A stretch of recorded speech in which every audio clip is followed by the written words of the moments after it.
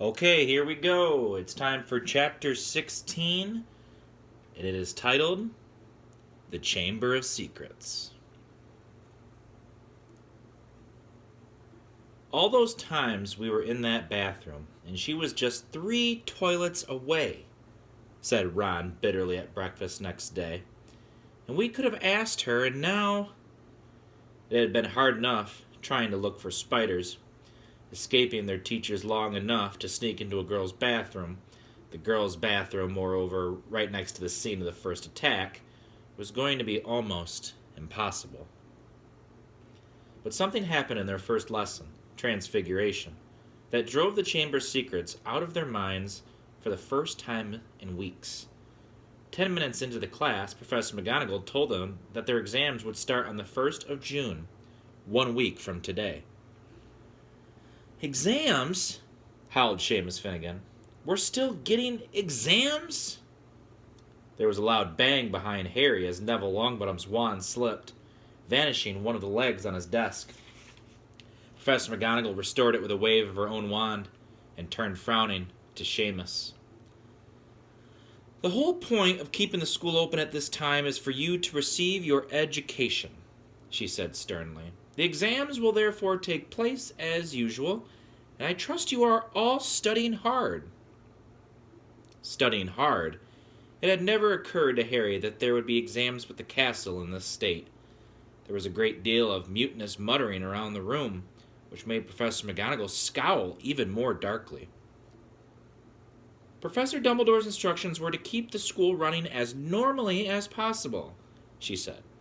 And that, I need hardly point out, means finding out how much you have learned this year. Harry looked down at the pair of white rabbits he was supposed to be turning into slippers. What had he learned so far this year? He couldn't seem to think of anything that would be useful in an exam. Ron looked as though he'd just been told he had to go and live in the Forbidden Forest. Can you imagine me taking exams with this? He asked Harry, holding up his wand, which had just started whistling loudly. 3 days before their first exam, Professor McGonagall made another announcement at breakfast. I have good news, she said, and the Great Hall, instead of falling silent, erupted. Dumbledore's coming back! Several people yelled joyfully. You've caught the heir of Slytherin, squealed a girl at the Ravenclaw table. Quidditch matches are back on, roared Wood excitedly. When the hubbub had subsided, Professor McGonagall said, Professor Sprout has informed me that the mandrakes are ready for cutting at last. Tonight we will be able to revive those people who have been petrified. I need hardly remind you all that one of them may well be able to tell us who or what attacked them. I am hopeful that this dreadful year will end with our catching the culprit. There was an explosion of cheering. Harry looked over at the Slytherin table and wasn't at all surprised to see that Draco Malfoy hadn't joined in. Ron, however, was looking happier than he'd looked in days. It won't matter that we never asked Myrtle then, he said to Harry. Hermione will probably have all the answers when they wake her up. Mind you, she'll go crazy when she finds out we've got exams in 3 days' time. She hasn't studied. It might be kinder to leave her where she is till they're over. Just then, Ginny Weasley came over and sat down next to Ron. She looked tense and nervous. Harry noticed that her hands were twisting in her lap. What's up? Said Ron, helping himself to more porridge. Ginny didn't say anything, but glanced up and down the Gryffindor table with a scared look on her face that reminded Harry of someone, though he couldn't think of who. Spit it out, said Ron, watching her. Harry suddenly realized who Ginny looked like.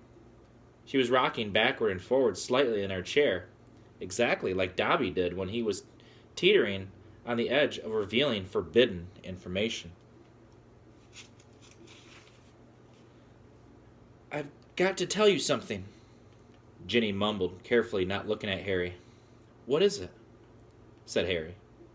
Ginny looked as though she couldn't find the right words. What? Said Ron.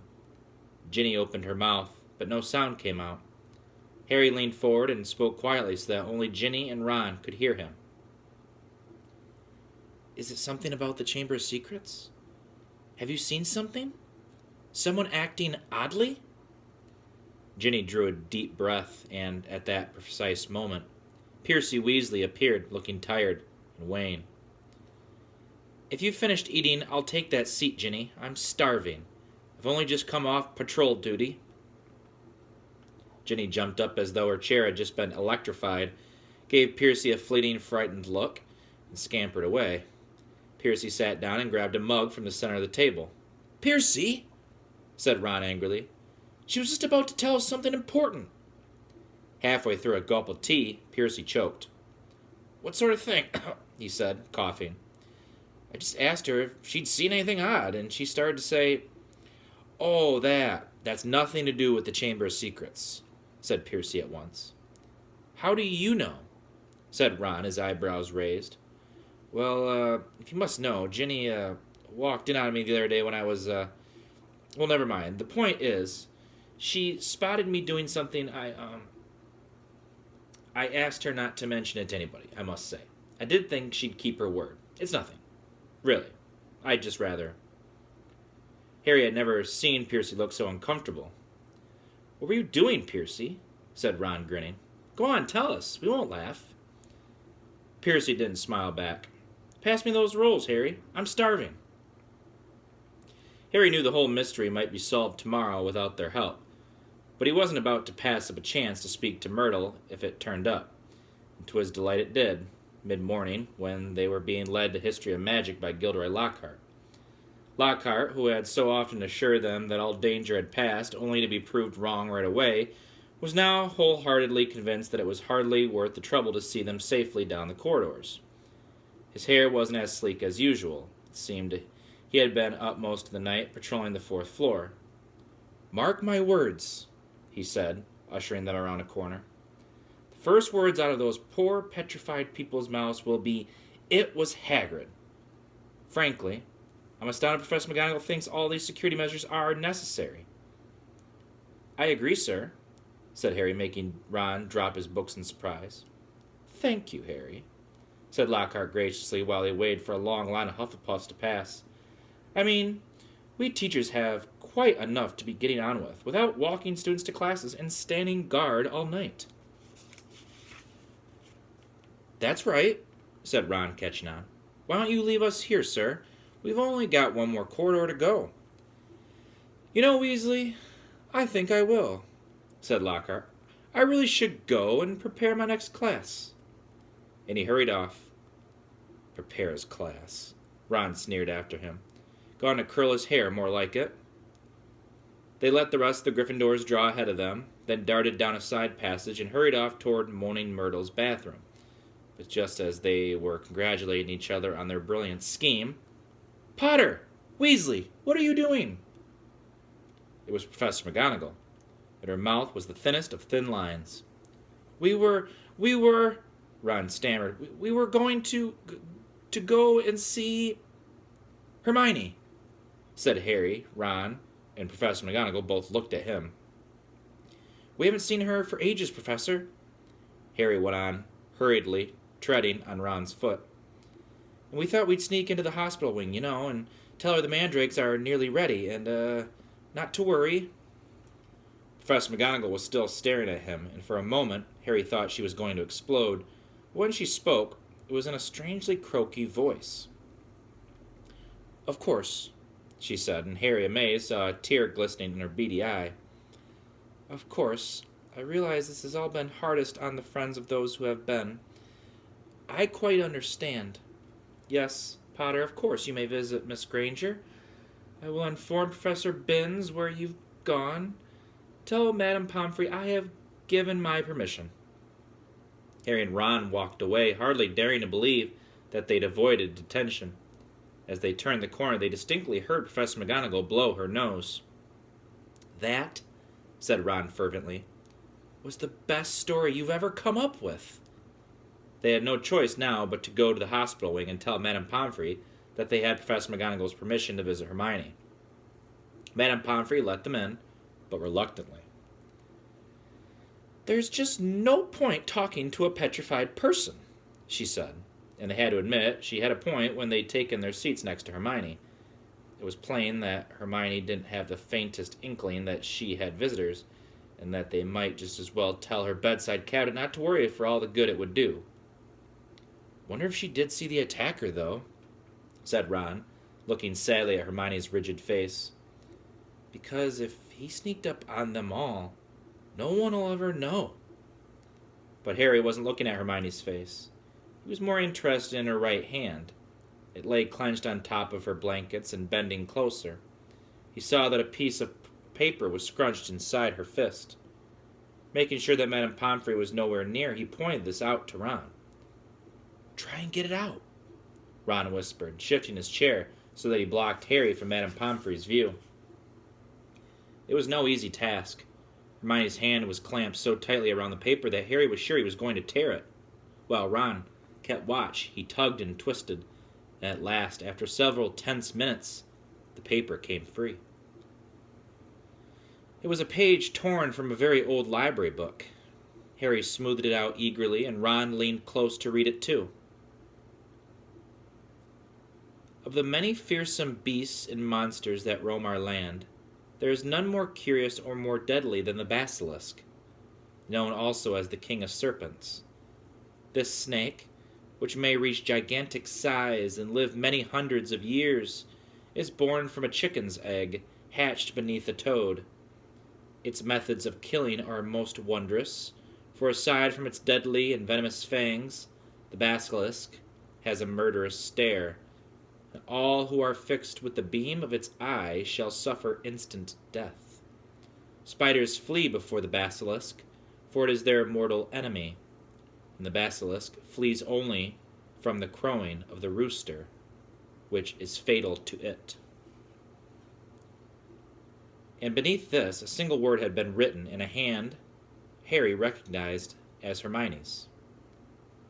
"Pipes." It was as though somebody had just flicked a light on in his brain. "Ron," he breathed, "this is it. This is the answer. The monster in the chamber's a basilisk, a giant serpent. That's why I've been hearing that voice all over the place. Nobody else has heard it. It's because I understand Parseltongue." Harry looked up at the beds around him. "The basilisk kills people by looking at them, but no one's died because no one looked at it straight in the eye. Colin saw it through his camera. The basilisk burned up all the film inside it, but Colin just got petrified. Justin must have seen the basilisk through nearly headless Nick. Nick got the full blast of it, but he couldn't die again. And Hermione and that Ravenclaw prefect were found with a mirror next to them. Hermione had just realized the monster was a basilisk. I bet you anything she warned the first person she met to look around corners with a mirror first. And that girl pulled out her mirror and..." Ron's jaw had dropped. "And Mrs. Norris?" he whispered eagerly. Harry thought hard, picturing the scene on the night of the Halloween. "The water," he said slowly. "The flood from Moaning Myrtle's bathroom. I bet you Mrs. Norris only saw the reflection." He scanned the page in his hand eagerly. The more he looked at it, the more it made sense. "The basilisk flees only from the crowing of the rooster, which is fatal to it." He read aloud. "Hagrid's roosters were killed. The heir Slytherin didn't want one anywhere near the castle once the chamber was opened.